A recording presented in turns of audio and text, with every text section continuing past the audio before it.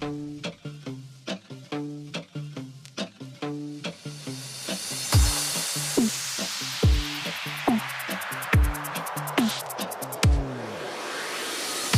and then I think of when we were together. Like when you said you felt so happy you could die. Told myself that you were right for me, but felt so lonely in your company. But that was love and it's an ache I still remember.